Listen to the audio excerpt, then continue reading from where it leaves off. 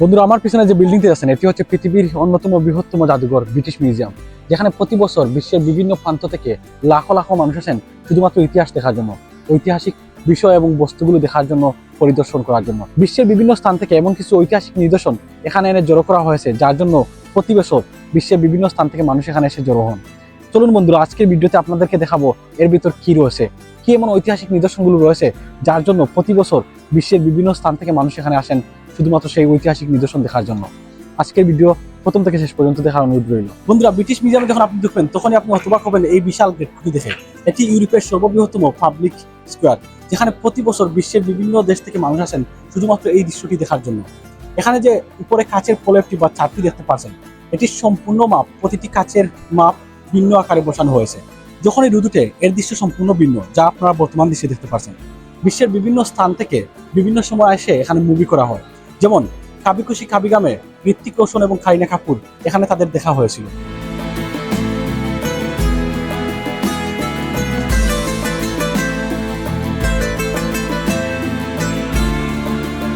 British মিউজিয়ামে যখন আপনি এক গ্যালারি থেকে অন্য গ্যালারিতে যাবেন, তখন আপনার কাছে মনে হবে আপনি এক যুগ থেকে অন্য যুগে পা রাখছেন। প্রতিটি গ্যালারির নিজস্ব ইতিহাস এবং ঐতিহ্য রয়েছে। আপনি মিশরীয় গ্যালারিতে দাঁড়িয়ে এক সময়ের এক সাম্রাজ্যের জাঁকজমক অনুভব করবেন, আর গ্রিক গ্যালারিতে এসে আপনি প্রাচীন গ্রিসের ক্লাসিক্যাল সৌন্দর্যের প্রতি মুগ্ধ হতে হবে।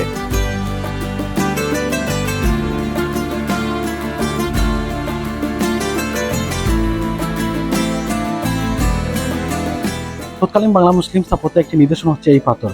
এখানে স্পষ্ট করে লেখা আছে, presented by Colonel Franklin. Colonel William Franklin হলেন একজন ব্রিটিশ প্রাচ্যবিদ এবং তৎকালীন ইস্ট ইন্ডিয়া কোম্পানির একজন কর্মকর্তা। তিনি এই পাথরটি এখানে দান করে দেন। তারপর থেকে এই পাথরটি এখনো ব্রিটিশ মিউজিয়ামে রয়েছে। 19বিংশ শতাব্দীতে শিখ যোদ্ধাদের ব্যবহৃত কিছু যুদ্ধাস্ত্র এখানে দেখতে পাচ্ছেন। এটি একটি ঐতিহ্যবাহী ডাল, যা সম্ভবত ইস্পাত বা মহিষের চামড়া দিয়ে তৈরি করা হয়েছে। এর উপর কুষ্টিগড়ি বা স্বর্ণের সূক্ষ্ম তারের কারুকাজ আপনারা দেখতে পাচ্ছেন। ডালটির কেন্দ্রে সূর্য এবং চারপাশে প্যানেলে যুদ্ধের হাতি এবং ঘোড়া সাওয়ারের যোদ্ধাদের ছবি খোদাই করা আছে।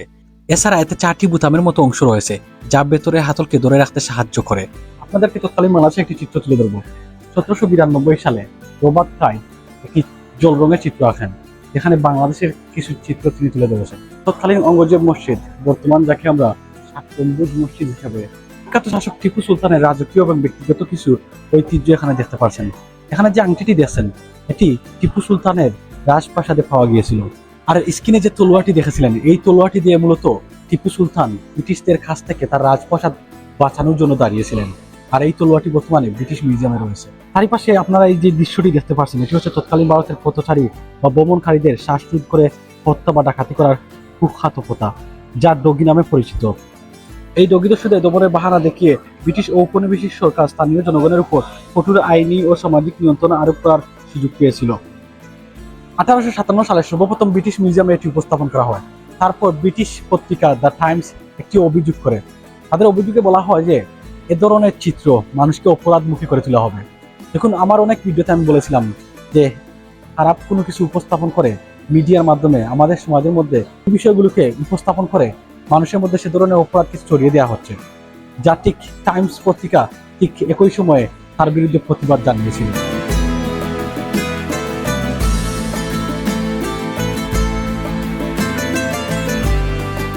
এখানে যে মমিগুলো দেখতে পাচ্ছেন, এটি হচ্ছে রোমান আমলের 1 অথবা 2য় শতাব্দীর।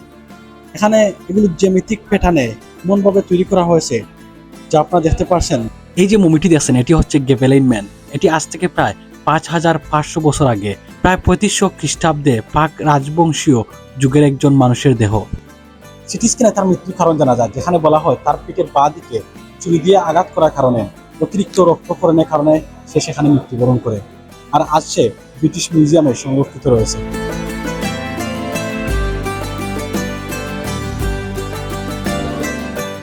এখানে যে চুলগুলো দেখতে পাচ্ছেন, এগুলো তার মাথার এই চুল, যা এখনো সংরক্ষিত রয়েছে। এই মমিটি কোনো কৃত্রিমভাবে মমি করা হয়নি। এটি মূলত মরুভূমির উত্তপ্ত বালু এবং প্রচণ্ড গরমে অটোমেটিক্যালি মমি হয়ে গিয়েছিল, যা এখনো ব্রিটিশ মিউজিয়ামে সংরক্ষিত।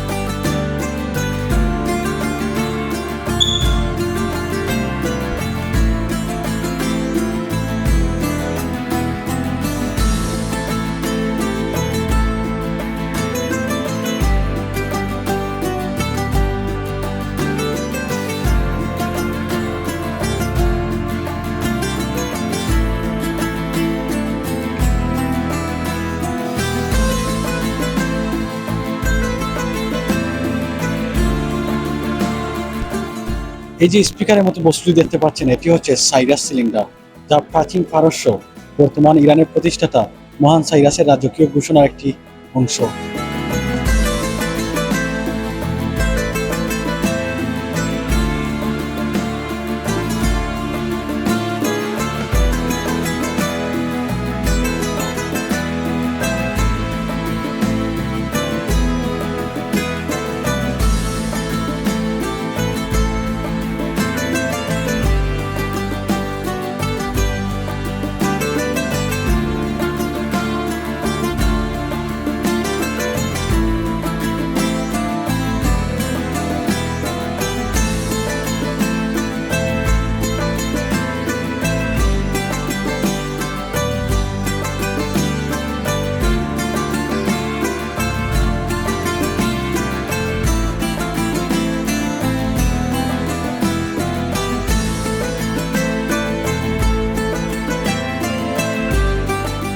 খ্রিস্টাব্দ 43 সালে সম্রাট ক্লাউডিয়াসের নেতৃত্বে রোমানরা ব্রিটেনে হামলা করে, যার ফলে ইংল্যান্ড এবং ওয়েলসের বেশ কিছু জায়গা সে সময় তারা জয় করে ফেলে, যাকে নাম দেওয়া হয়, সেই প্রদেশের নাম দেওয়া হয় মূলত ব্রিটানিয়া।